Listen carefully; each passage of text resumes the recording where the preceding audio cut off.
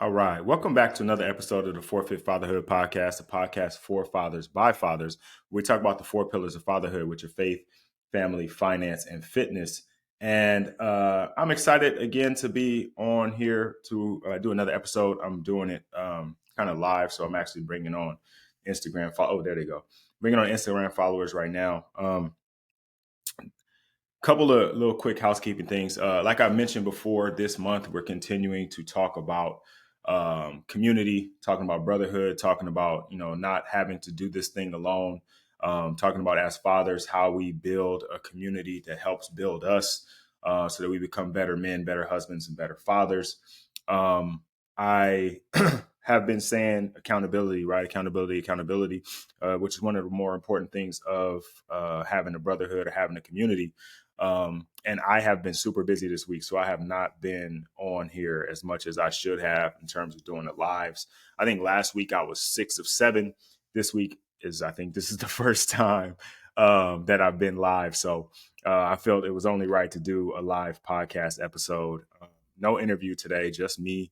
But I do want to talk about something that I think is really important that I've seen come up a few times, and it's environment, right? It's talking about like the community that we have around us, the areas of support that we have. I think a lot of times we talk about manhood and we talk about being men. We have this idea, this mentality that we have to tough it out and do everything on our own. I remember when I was a kid, there was a thing. It was like a stereotype, maybe, or it was just a reality. Like men didn't ask for directions. Like if you got lost, you just kept driving until you found it, right? You didn't pull over and ask for directions. You didn't ask for help if you don't need it. I actually struggle with that from time to time myself. It's like, if I'm struggling with something, I would rather struggle through it on my own and figure it out than to ask for help. And I'm getting better at that as I get older. I think more that I realize that, I don't have to do everything by myself. The more I start to ask for help and reach out, get mentorship, get coaching. I think people find it funny that as a coach, I have a coach, right? Even in strength and conditioning, I've been a strength and conditioning coach at every level, professionally, all the way down. And still, I'm actually in my gym right now. That's why the background and surroundings look different. I just opened up a new gym 2 months ago, and I'm in that new gym right now. Don't have much on the wall, so it's kind of bare. There's just this little thing behind me. But anyway, because the focus has been on training athletes, not on making it look pretty. But I still have a coach, right? I've coached professional athletes, Super Bowl champions, MLB champions, right? World Series champs, college champs. Like I've done it all in terms of strength and conditioning of every sport. And I still get coached by coaches because I know that it's important to have somebody hold me accountable for my actions, right? And I do the same thing in my businesses. I do the same thing in my fatherhood. The accountability is important. And that's why having a community is important. But this particular episode is about environment, not the environment like global warming and all that, but I'm talking about the environment that you put yourself in and the environment that you put your children in. I've had a couple of posts as of late that have been talking about the environment that you place your children in and how important that is for us. I know a lot of times we talk about that and we say, parents are the most influential people in a child's life, and that is true to a point, right? All the way through elementary school and maybe right up to middle school, you do have a huge influence in who your child is, what your child does. But I think in middle school they start to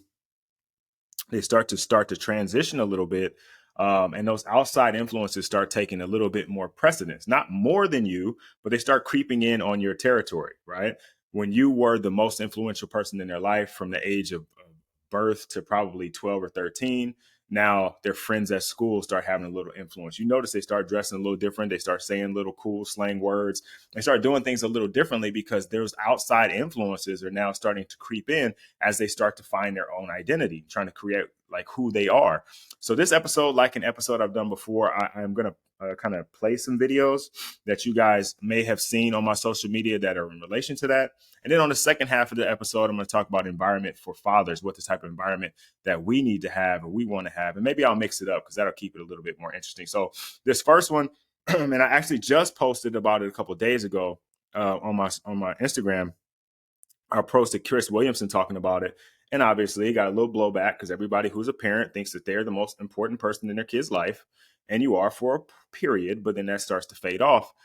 People are like, no, I'm influential. You know, my kids, bad parents aren't influences. You know, there's all this, right? Everybody's slinging mud one way or the other. But the reality is that science and research have both said that that's not the case. And as kids gets older, your influence goes down. So I'm gonna play this first video, and you guys just listen to it, and then I'll kind of give you my thoughts on it. And it's, again, it's on my social media. It's way down there though, because this is something I've been talking about for the last couple of months, just kind of off and on. See if we hold on. Let me see if I can get it not to play in my ears. I'm turning these off. Change my speaker. All right, let's see if we get it. Child is born with more than 400 psychological traits that will emerge as they mature, and they have nothing to do with you. Yep. So the idea that you are going to engineer personalities and IQ and academic achievement skills and all these other things just isn't true. Your child is not a blank slate on which you get to write. The better view is that your child is a genetic mosaic of your extended family. Yep. Which means this is a unique combination of the traits that run in your family line. I like the shepherd view. You are a shepherd. You don't design the sheep. The engineering view makes you responsible for everything. Everything that goes right and everything that goes wrong. This is why parents come to us with such guilt. More guilt than we've ever seen in prior... All right. So I'm going to leave it there. So this is the idea, right? Shepherd versus engineer. Okay. A shepherd doesn't create the sheep. He is responsible for the sheep. He makes sure the sheep get to the right pasture. He corrects the sheep. He makes sure that the sheep aren't attacked by wolves. He makes sure that the sheep are healthy and fed so that they can live long, healthy lives and do whatever it is the sheep do for people, right?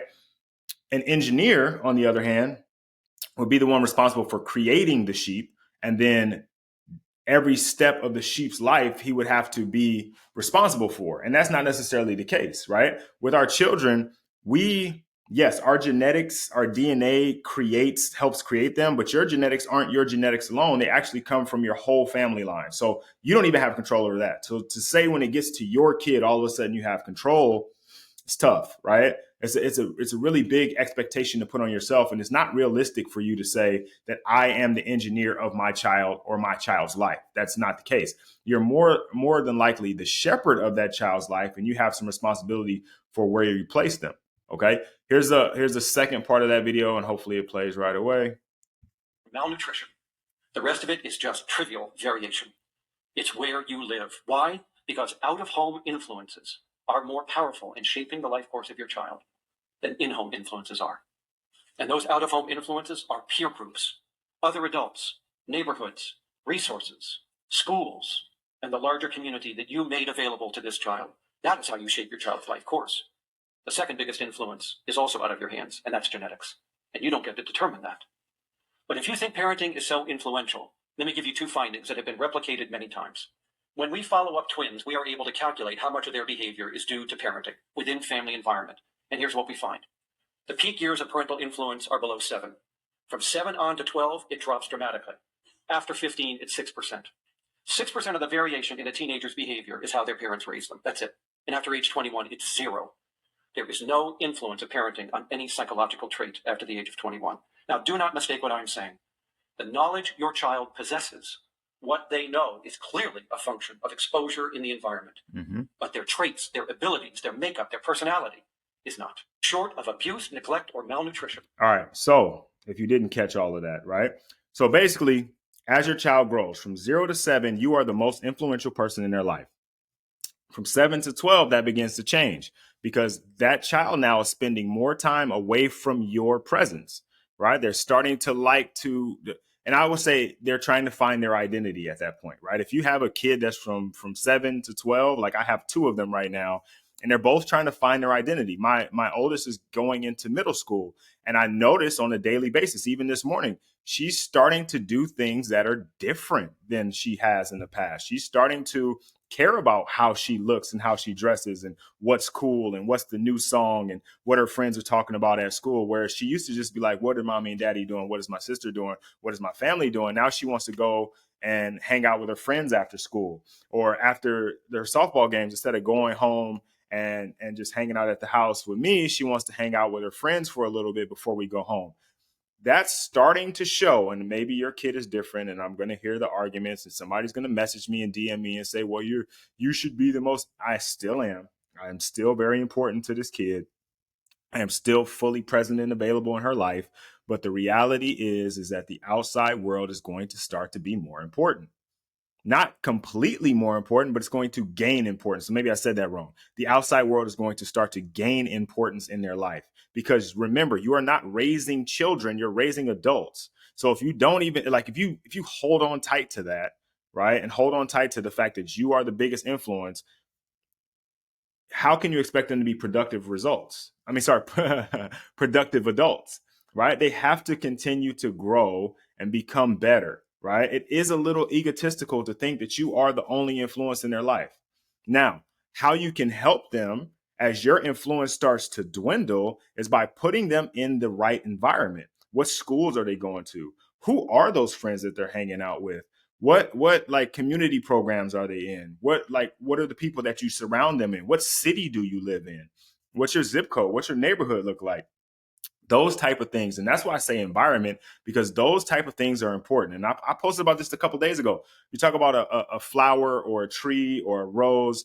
If you plant it and it doesn't sprout, it doesn't grow, it doesn't turn into a flower, it doesn't produce fruit, we don't blame the seed that we planted. We blame the environment. The soil wasn't right, the water wasn't right, there wasn't enough sun, right? Your child is that same seed, right? For a period of time, you hold that seed in your hand.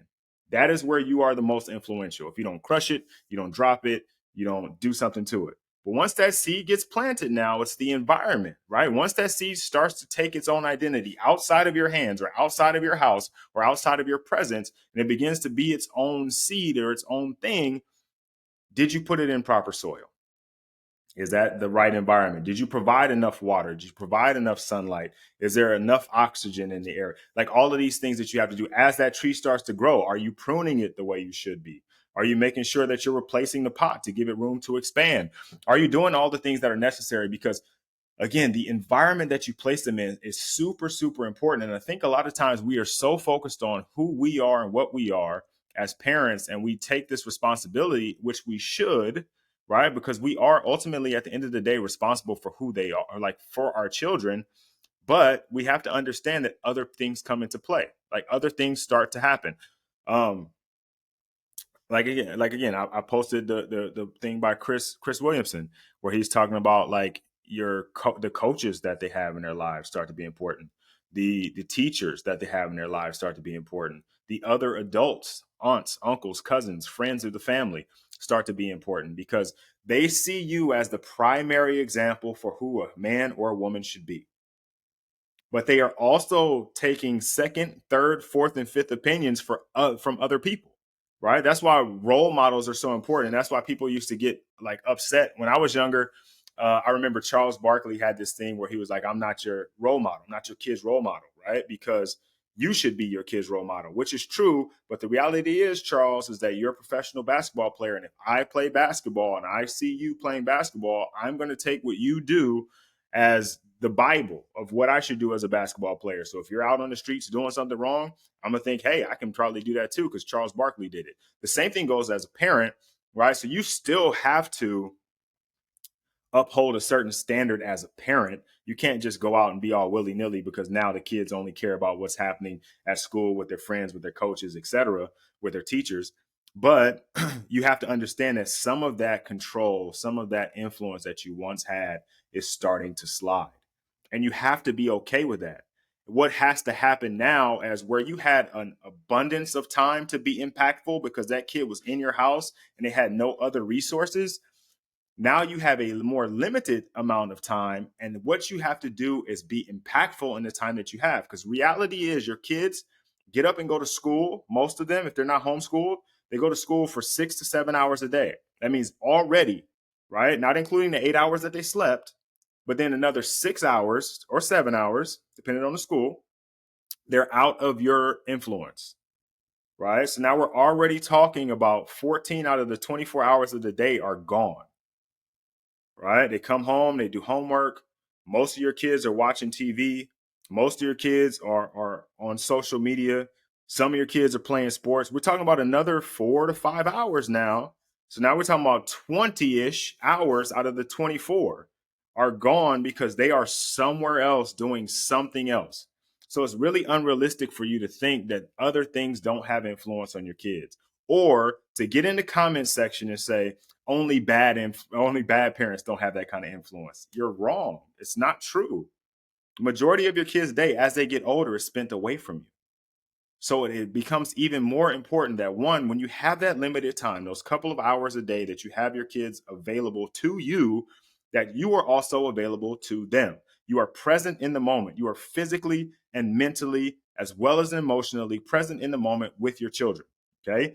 Also, because you have a limited amount of time, you're going to have to make sure that you adjust your schedule accordingly to make sure that you are impactful, that you can be physically, mentally, and emotionally present, because that time is not coming back. You're not going to get back more time. One thing that we cannot buy, no matter what we do, is time. And I think we all know that because we say time is money. But you can't get time back, right? Once that time starts to go, it goes. And as they get older, more and more of that time disappears. Um, there was another post that I saw that I'm actually going to post today. It was from a podcast that I was listening to, and he was talking about parenting. I can't think of the dude's name. He's a comedian though. But he's talking about parenting. He's talking to his dad, and he was saying the difference between parenting, basically my age. I'm 40, so basically the difference between my parents and me as a parent is that during the 80s and 90s, when we came home from school or we came home for practice, our parents were there, right? Like we didn't have social media, right? My mom would send me to school.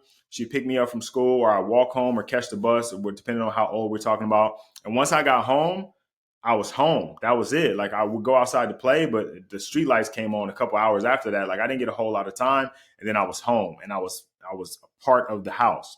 The difference now is your kids leave in the morning, they go to school, then they come home, but with social media, they bring the outside inside.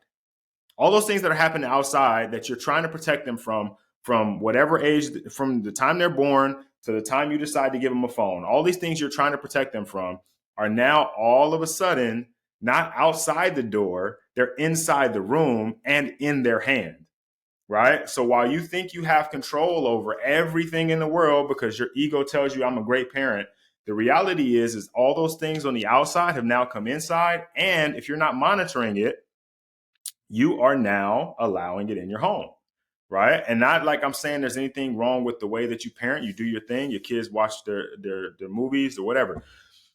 I had a athlete come in yesterday to train with me, and we talk. I ask them every day, every training session. I ask them what they learned in school, and you'd be surprised that most of them learn nothing because they don't pay attention, or they just don't remember what they learned. Either way, not good.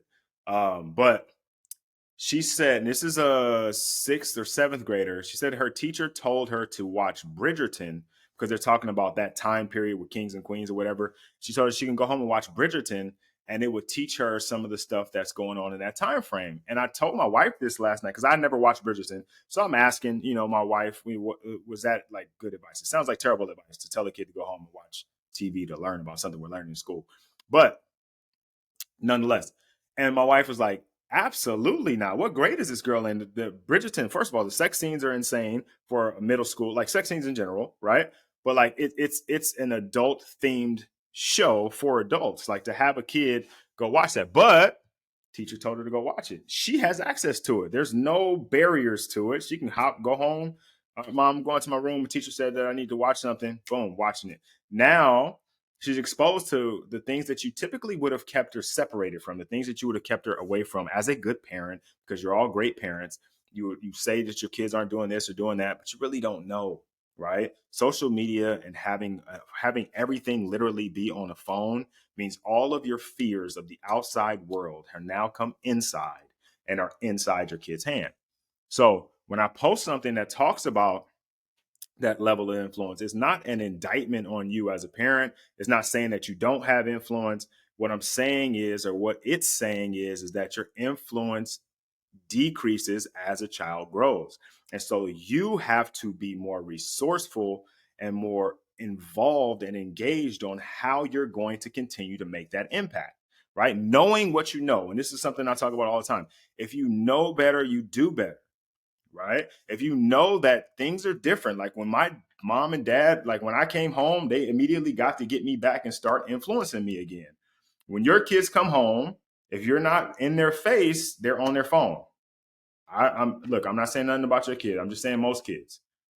Not your kid though. Most kids, right? I wouldn't say your kid, but most kids are on their phones or on TV or being influenced by things that we weren't influenced by, right? My my daughters are watching something the other day, and I just happened to be in the kitchen so I can hear it. I was in earshot, and it was cussing, like just flat out cussing. I'm like, yo, what is that? What are you guys watching? And I realized that there aren't any channels anymore, right? It's not like back when we were kids, like channel 2 through 7 was like public access. Everybody had those. So there was some regulation on the words they can use, right? When you're streaming on Hulu or Netflix or whatever it is you have, ain't no regulation, right? They just select the thing and boom, whatever happens, happens. Whatever is going to be on that show is on that show and they're getting exposed to it. So if you're not present, if you're not engaged, if you're not available, if you're not in the room, if you're not trying to actively participate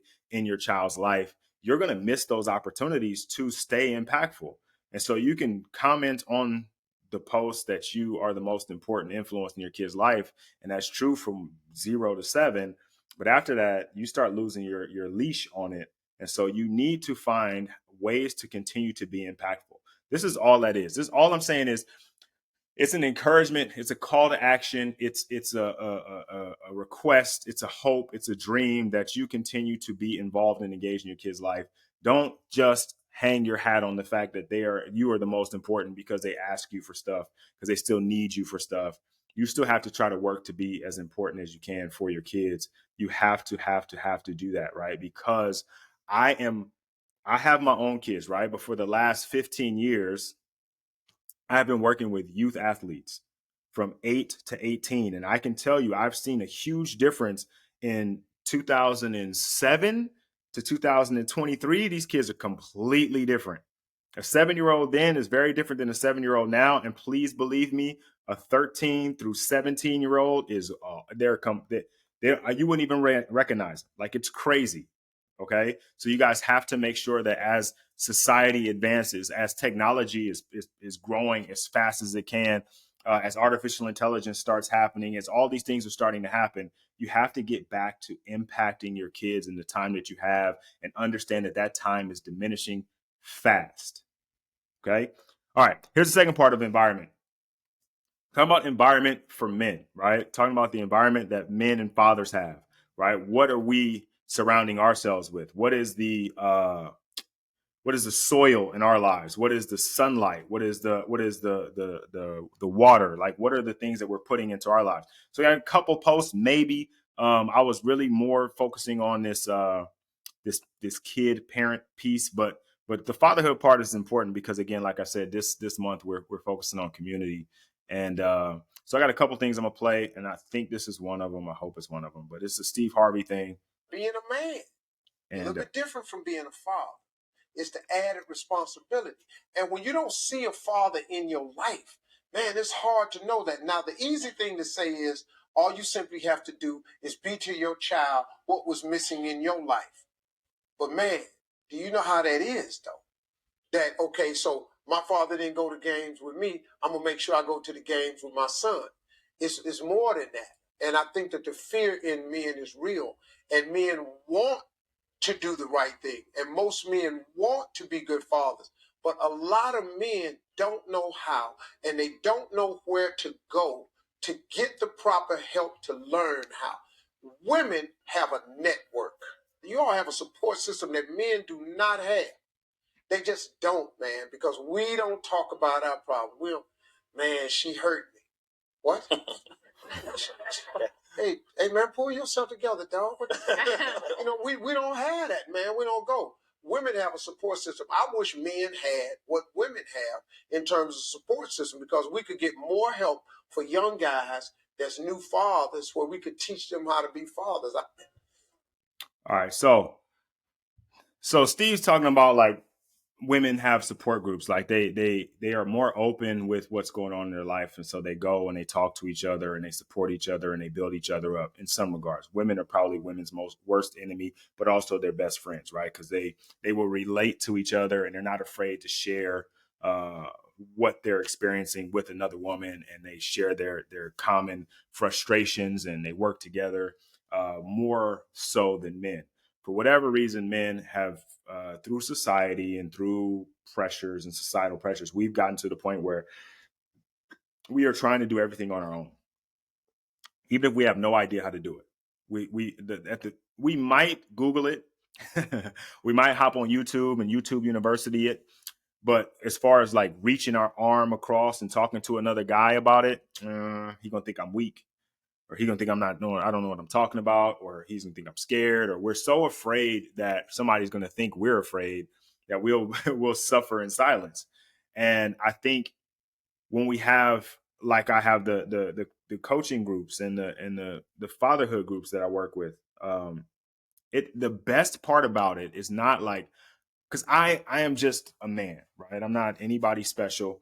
I've done some research, I've done my homework, I got my degree, done all those things, right? But at the end of the day, I am giving you advice, or I'm telling you things, or I'm coaching you up on things that you probably already know, right? There's a lot of things that I tell guys that they already know, but they just don't, they know the what, but they don't know the how. They don't know the why, right? And nobody really ever explained the how or the why, right? You know, as a father, you're supposed to be a provider. You know, as a father, you're supposed to be a protector. You know, as a father, you're supposed to do all these things, right?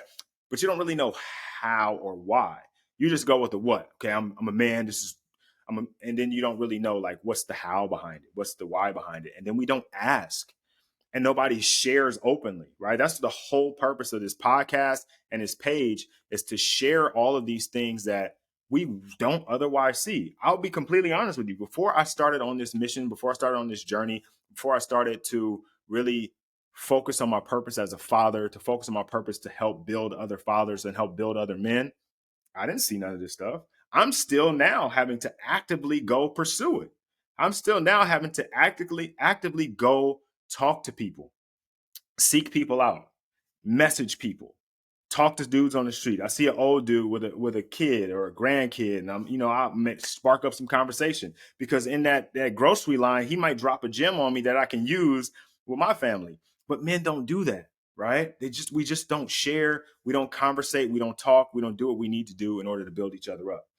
When we don't have that, we don't also have an accountability system or a partner or a group that can say, hey, man, remember those things you talked about? Remember that goal you had to be a great man, a great father? Remember the things you talked about last week, or things we were going to do, the action items, or things that we said we were going to do? You said X, Y, and Z, and now you're coming back this week talking about you didn't complete X, Y, and Z. What's up with that?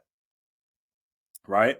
I posted something a few weeks ago talking about from Entrebeliever, and I really love his stuff lately. They're building a community, building a brand building community, and if I get a brand, I'm definitely gonna talk to him, or get on their program. But talking about building a community, and he was saying that lions don't hang out with other animals. Like lions just hang out with lions, right? Like if you're a cheetah, you don't hang out with a lion. Sure, if you're a cheetah, right, you're a big, quote unquote, big cat. You're fast. You eat things. You live out in a similar area.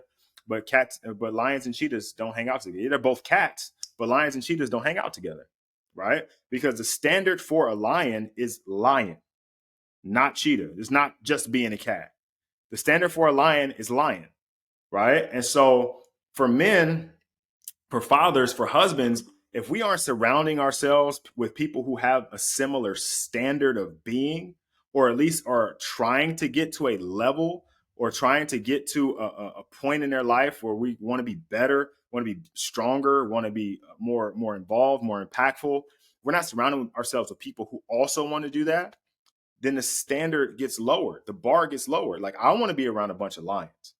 You know what I mean? I want to be around a bunch of dudes who are trying to be better men, right? I don't mind though, right? And this is obviously where coaching comes in. I don't mind reaching down and helping pull somebody up. But at the same time, I need somebody on this side that's going to pull me up, right? Like when I'm in a pack or a pride of lions, I don't always want to be the head lion, right? Because the head lion, nobody really encourages them to get better, right? Just you just keep being the head lion until eventually some young buck comes up and say, "Hey, I'm gonna be the head lion now," which forces that lion now to be better. You understand the process is like you have to surround yourself with an environment that is going to encourage you to be better, right? That means at some point you're going to lose some of those people that you may have been hanging out with, right? On the path to becoming a better you, you're going to have to leave some things behind. It's unfortunate. It is what it may be. Some of the things that you like for yourself, maybe some of the people that you hung out with, and maybe some of the things that you do. Right? When you become a man, you put away your childish things. When you become a father, it's different than being a man. You're not just a man anymore, right? You now have a title. It's the same thing when you're dating someone and then you become their husband. It's different. You don't still treat them like you're dating them. Yes, you still date them. That's a big tip. If you're a husband, you should still be dating your wife. But she's not just your girlfriend, right? You don't treat her like a girlfriend anymore.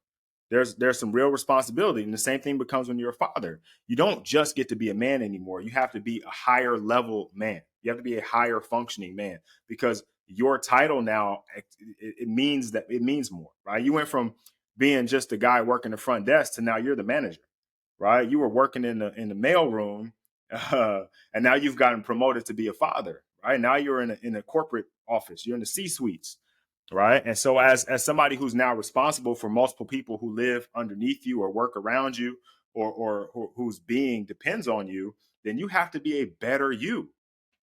And in order for you to be a better you, you have to seek out other lions or other people who are on the same path, the same trajectory as you, right? If you talk about trees, if a tree is not growing, it's dying. If you're not getting better as a man or better as a father, you don't stay the same. You're going backwards, right? Because everything else around you is advancing. The kids are getting older, the world is moving faster, the relationships are changing around you. And if you're content with where you are right now, you're going to be left behind. You're going to get to stay where you are right now, and everybody else is going to move on. And everybody else is going to get further ahead. And your kids are going to start leaving you behind because the dad you are to a 7-year old is not going to work to a 17-year old. Not the same kind of dad. You can't be, right? You can't be the same. So if you're content in your fatherhood right now, right, and you're like, oh, I don't need to get in the group. I'm killing this fatherhood thing, or I don't need to be in the group. I'm killing it as a man right now. Good luck, brother, because the world is moving fast, and those people around you are moving fast, and they're growing, and they're changing, and they're learning, and they're expanding. And if you aren't growing and changing and learning and expanding, they are going to leave you behind. And then you're going to wake up one day and be like, yo, what happened? My kids, I poured into them. I did everything that I could. But did you really? Like, if you just honestly ask yourself right now, right? And even as much as I work on my husbandry, I don't know if there's a word for it. As much as I work on my husbandry, as much as I work on trying to be a good father, I fall short every day. I have mistakes every day. I'm not saying I'm perfect. I'm far from it. I'm not a fatherhood guru. I'm not a husband guru. I make mistakes. My wife gets mad at me. My kids can't stand me. My daughter was my daughter was mumbling under her breath in the kitchen this morning, and I caught her because of something I said. Like, I'm not always the best father, right? I'm not always a gentle parent. I am sometimes, and I told my wife this last night. Every once in a while, the people at the zoo need to hear the lion roar. Because if the lion doesn't roar, he's just another cat. Like, you go to the zoo and you walk past the cage and the lion is just laying there most of the time because they just, they're captive. Like, they're alive. People feed them. They walk back and forth and they lay down most of the time. The lions are probably the most boring thing at the zoo until one of them lions just lets out a roar, right? And then the whole like zoo crowds around, right? So my wife last night, the kids were going to bed, and I was coming home from the gym, and they did something, and she barked at them, right? She growled at them, and she felt bad about it. And I was like, you don't have to feel bad because the lions need to know that you can roar. I mean, sorry, the people need to know that you can roar. They need to know that if they mess up, you still can get that ass. Like, it ain't no, you know what I mean? They need to know that that's a possibility, and you have to, as a father, still have that. So, like I said, I am not perfect all the time, and I can look back at and have some some self-awareness and know that I need to continue to get better. And I think that goes for everybody. And everybody needs to be aware of their ability to get better, be stronger, and improve. And it doesn't have to be by leaps and bounds, just a little bit every day, right? Because you're going to make a mistake, you're going to mess up, you're going to do something wrong on a daily basis. But as long as you're continuing to take a step forward, you're going to be okay, right? Here's something to kind of go off of that too. Is like we talk about every day taking a step forward and getting better. I think sometimes when we say that, people think of it as like a slope, right? And we just got to always be going uphill. And that's not really the case, because if you look at a set of stairs, it's an up and then there's a plateau, and there's an up and there's a plateau, right? So when we say taking a step, we're talking more like stairs and less like running a hill. You're going to move up, right? And then you're going to flatline a little bit. But your goal is still to move up. So you take the next step. And you flatline a little bit and you take the next step, right? It doesn't always have to be this, because when you're doing just this, the next thing is that, right? Like all things that go up must come down. So if you don't get any like balance, if you don't base a little bit, right? You end up falling off and you burn out. Like I can't father hardcore all the time. Sometimes I gotta take some time off. I gotta go and recharge and take some time. I'm trying to learn how to golf right now, so I gotta take some time and go like lose some golf balls on the course. Go to the driving range and be completely pissed off afterwards. I don't know how you guys at golf do it.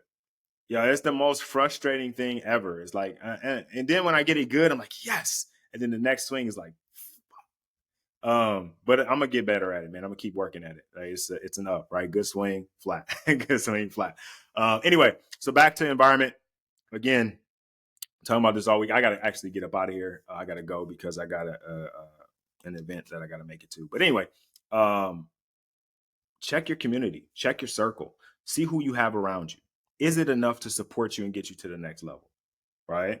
I would say no, even if you have a really good group, because I got a really good tight knit circle of fathers that I'm always around. My kids are around. Their wives are dope. They are dope. Their kids are dope. This is my close knit inner circle, and I still am outside that circle pulling in things because their reach or knowledge is only so far, right? Outside of that, there's another ring of people that I reach out to, that I get help from, because the group that I'm around, we're all around the same age. So we are going through different things. One of my homies has like an almost adult son, so he can give us a little bit of help. But other than that, like we all got kids around the same age. So if I'm asking questions, I'm struggling with something, yes, we can talk about it because we got similar struggles. But like if I got a 14-year-old question, nobody got 14-year-old kids. They don't know. They can't tell me nothing about that. So I need to have a circle outside of that, right? As far as being a husband goes, me and my wife have been together for 23 or 24 years, right? But one of my friends in the group has been married for 20. It's a big difference of being together and being married. So I can get like long-term marriage advice for him. You have to have these people in your life that help push you or pull you into the direction that you want to go. This is why I have the men's groups that I have. This is why I'm taking all of those men's groups and putting them together, because I'm finding that a lot of people are dealing with some of the similar things. So the link is in my bio to join the Fit for Fatherhood group. Um, there's a ton of things that are going to be in there. Once we officially launch, you guys are getting in early if you get in now. And as we build it out, you'll be a part of it. Somebody told me to just start it and build it as you go. Like get on a plane, head to your destination, and build a plane while you're in it and on your way. And that's what I'm going to do. There's some things that I for sure want to talk about: faith, family, fitness, finance. Those things I think are really important. Obviously, the 4 pillars, I think, of fatherhood. But other things we'll build in there, right? Other things we'll talk about, other things we'll discuss. I want to do a weekly Zoom meeting, right? Where we get on and we can just discuss, because I love doing the podcast. I love doing these lives, but they're very one-sided. The podcast and interviews, even that, it's a dialogue, but you can only access what we're saying. You can't ask questions. You can't do things like that. And so I want to do those weekly Zooms where like, shoot, I might have a question for one of you. Like I might have a question for, somebody with a little more gray in his beard. Like, hey, dude, what's going on with this? What's going on with that? because while I'm trying to pull people up and help men be better men, I'm not saying I'm a great one. I'm doing okay, but I also want to be pulled up, and I also want to be pushed and encouraged. Like, I want one of you to be like, "Yo, Rod, you said last week that you was going to do. What's up with that, coach? Like, what you like? You know what I mean? You just the pot calling the skillet black. Like, what you doing, dog? Get your stuff together." I need that, because if I'm going to be better, I want to be held accountable, right? I just posted a thing from Jay-Z about that, right? Jay-Z, probably one of the best rappers, probably one of the best businessmen, billionaire, has created multiple billionaires, but he for what I'm doing. I want to be accountable Right? for what Keeps I'm me doing. sharp. Keeps me sharp. Let me know that I can't play around. I have to do what I said I'm going to do. I'm self-motivated, so that's fine. You know, the extra pressure is fine too. I want to be held accountable. Right? I want to be held accountable. I want somebody to put my foot to the fire. I want somebody, as I, like you said, pouring into them, to be pouring into me, like to build me up. Right. This is the last thing I'm gonna post, and I gotta go. I appreciate you guys that have jumped on. For you guys that are listening to the podcast or watching it on YouTube, thank you as always for following, for listening. I really appreciate you guys for hopping on. If you're not already following me on social media, I'm on Instagram at 4FitFatherhood, the number 4, Fit Fatherhood. The website, www.forfitfatherhood.com. Trying to think where else you can find me. Those are the 2 places I'm most active. If you're listening to the podcast, make sure you subscribe, so you can keep up to date on all the episodes and things that are going on. And then I'm gonna leave you guys with this last post from, like I said, Entrebeliever. They have been putting out some great stuff, and I know they're building a community. So if you guys got a brand, and this is, I'm not getting paid for this, I just like what they're doing. If you got a brand, a clothing business, or something that you're trying to build, I might take some listen to what they're doing and see if you can be a part of it. But this is the last thing, and I'm gonna leave you with this, and then I'm out of here. That not because they're not dope, but because I have all of this baggage, but I also have a dream. But when you get with the right people, this is where real community starts taking place. So it's like I'm tapped in with my man right here, and he actually cares about who I'm becoming. Then my man right here is like, nah, bro, you can do it. Then I don't even know her. She lives in a different space than I do, but she inspires me to do better. And then it's just the ability of somebody who made it through telling you can do more. That is what real community looks like. That's it, right? Because sometimes we don't believe ourselves. We don't think that we deserve it. When I was, I don't really do a whole lot of it anymore. But when I was coaching fitness clients for busy dads who are trying to lose 20 to 30 pounds without spending hours in the gym, or, taking these crazy workout pills and all these things, right? One of the things that I realized is that, like I said before, everybody knows what it's 2023. Everybody knows what they should or shouldn't be eating for the most part. Everybody knows they should be working out. They know they should be doing this, should be doing that. Worst case scenario, they can Google it. There's millions and millions of programs. What I realized is that these guys were coming to me and getting coached by me because it was a way to give themselves permission to live the life that they wanted to live. They had accepted for themselves this fate that they were going to be overweight, that they were going to struggle, and that was just who they were. They had accepted the identity, right? Having a dad bod and a beer belly was just cool. Just is what it is. You have kids, this is what you do. You get married, you get out of shape. This is what you do. And getting a coach was giving them permission to take back their life. So getting in this group is giving you permission to take back your fatherhood, to take back your manhood, to take back your life, and go be the man and the father and the husband that the people in your life deserve. They deserve the best version of you. And that's what I'm leaving you guys with. You deserve the best version of you, and the people in your life deserve the best version of you. And if you're going to be a better man and a better father, the first thing you got to do is be a better you. Think about your environment, think about your community, think about the environment that you're putting your children in, and help everyone grow. Appreciate you guys. Talk to you later.